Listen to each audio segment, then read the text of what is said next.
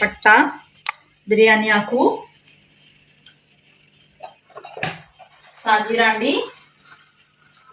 ఈ మసాలా ఇంపార్టెంట్ అనమాట దీనికి. సాజీరా, లాంగ్ 2-3. ఇప్పుడు ఆనియన్స్ సన్నగా తరిగి పెట్టుకున్న ఆనియన్స్ వేసుకోవాలి మనం ఇందులో.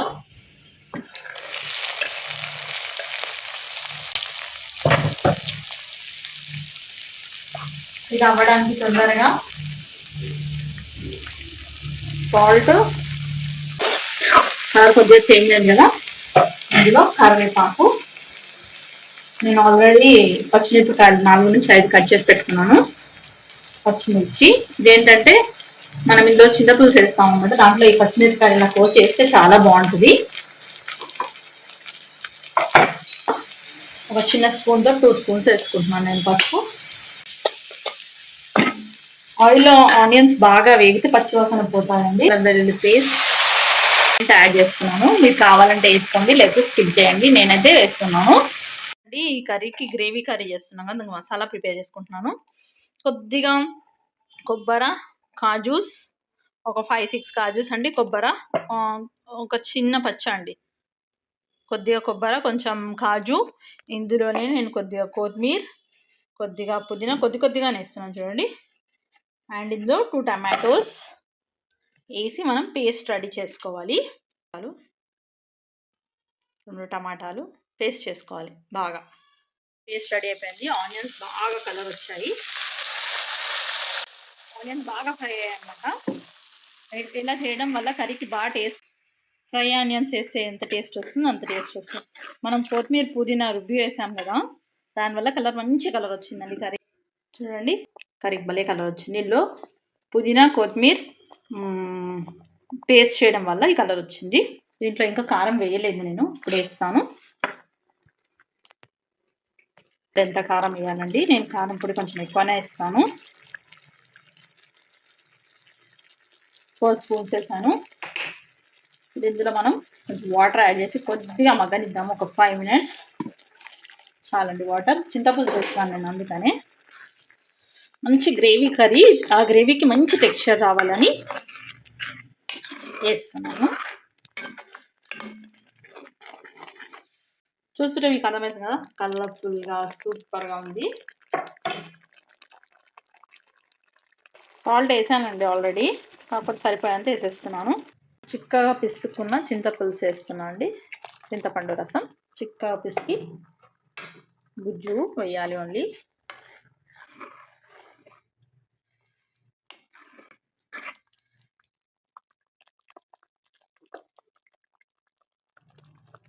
ఆయిల్ కొద్దిగా రిలీజ్ అవుతుందండి. వాటర్ వేసేస్తున్నాను నేను. కట్స్ పెట్టుకున్నాను నేను. మీరు కావాలంటే కొంచెం ఆయిల్ వేసుకొని దీన్ని కొంచెం ఫ్రై చేసుకోవచ్చు. నేనైతే ఇలాగే వేస్తున్నాను. మీరు కావాలంటే ఫ్రై చేసుకోవచ్చు. కొంచెం ఉప్పు, కొంచెం కారం వేసి ఫ్రై చేసుకోవచ్చు. నేను ఇలానే వదులుతున్నాను. ఆ జ్యూస్ అంతా, ఆ సూప్ అంతా, ఆ గ్రేవీ అంతా ఎగ్లోకి వచ్చేటట్టు ఇలా వదిలేసాను నేను. మళ్ళీ ఆయిల్లో వేయాలనుకోవట్లేదు నేను. కొద్దిగా ఆయిల్ వేసి, ఉప్పు, కారం వేసి ఎగ్స్ అలా ఫ్రై చేసి తీసేసుకోవచ్చు. నేనైతే ఇలాగే వేసాను. ఇప్పుడు వేరే కొంచెం వాటర్ వేడెక్కాయి కదా, ఇలా మీల్ మేకర్ వేసుకుంటున్నాను. చిన్నవి వేస్తున్నాను నేను. మీకు ఎన్ని కావాలో అన్ని వేసుకోండి. స్టవ్ ఆఫ్ చేయాలి ఇమీడియట్లీ. మనం కింద పెట్టేద్దాం. ఫ్యూ మినిట్స్ ఇలా అయిన తర్వాత మనం వీటిని మళ్ళీ కొంచెం ఆయిల్ వేసి ఫ్రై చేసుకోవాలి. ఎందుకంటే మీల్ మేకర్ సరిగ్గా కాలేదనుకోండి, పచ్చి పచ్చి వాసన వస్తుంది. అందుకని ఒక 2 నిమిషాల తర్వాత నేను నొంపేసి నీళ్ళు మళ్ళీ పొయ్యి పైన వేస్తాను. చూడండి, వెంటనే వడగట్టేసాను నేను. మీల్ మేకర్ని ఇలా చేసుకోవాలి. ఇప్పుడు కొద్దిగా ఆయిల్ వేసి మీల్ మేకర్ ఫ్రై చేసుకోవాలి మనం. చూడండి, ఆయిల్ పెట్టాము, దాంట్లో మేకర్ వేసాను. జస్ట్ కొంచెం ఫ్రై చేసి తీసుకుంటాను అంతే, పచ్చివాసన రాకుండా ఉండడానికి.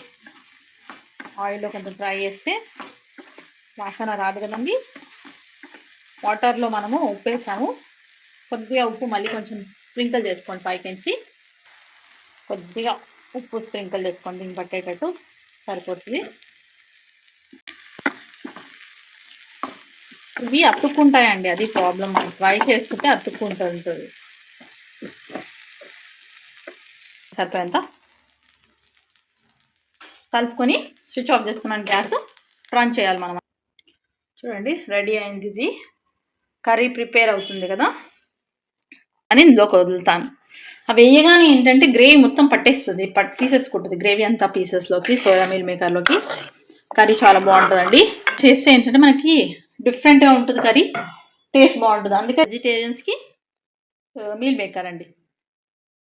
Veg and non veg curry special.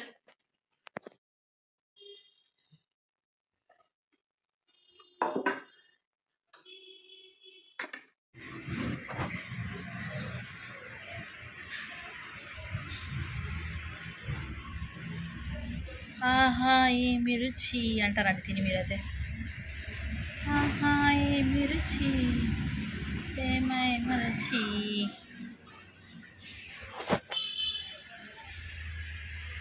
చూడండి వేడి వేడి rice, curry, meal maker and egg combination, veg and non veg అని చెప్పాను కదా. అబ్బా కాలుతుందండి. నేను తిని చూపిస్తాను, ట్రై చేస్తాను. చాలా హాట్ ఉందండి. మీరు కూడా ఈ విధంగా ఒకసారి ట్రై చేసుకొని చూడండి, చాలా బాగుంటుంది.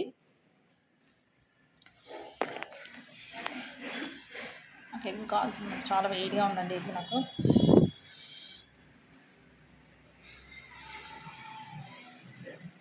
ఎగ్ చాలా వేడిగా ఉంది. నేను రైస్ తిని చూపిస్తాను మీకు. సూపర్ అండి. నాన్ వెజ్ కూర, నాన్ వెజ్ కర్రీలకు తీసిపోకుండా ఉంది. చాలా బాగుంది, చాలా చాలా బాగుంది.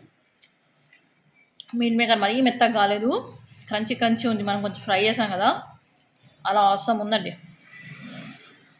చాలా బాగుందండి. మీరు ఒకసారి తింటే బాగా ఎంజాయ్ చేస్తారు. చింతపండు ఉంది కదా పుల్లగా, మళ్ళీ వచ్చేసి చింతపండు పుల్లగా వస్తుంది, కారము, మనం వేసిన పేస్ట్, చాలా రిచ్నెస్ వచ్చింది, చాలా బాగుంది. మీరు ఎంజాయ్ చేయండి ఈ విధంగా. మీకు కనుక నచ్చినట్లయితే please like, share, subscribe my channel. Thank you for watching. Thank you for time.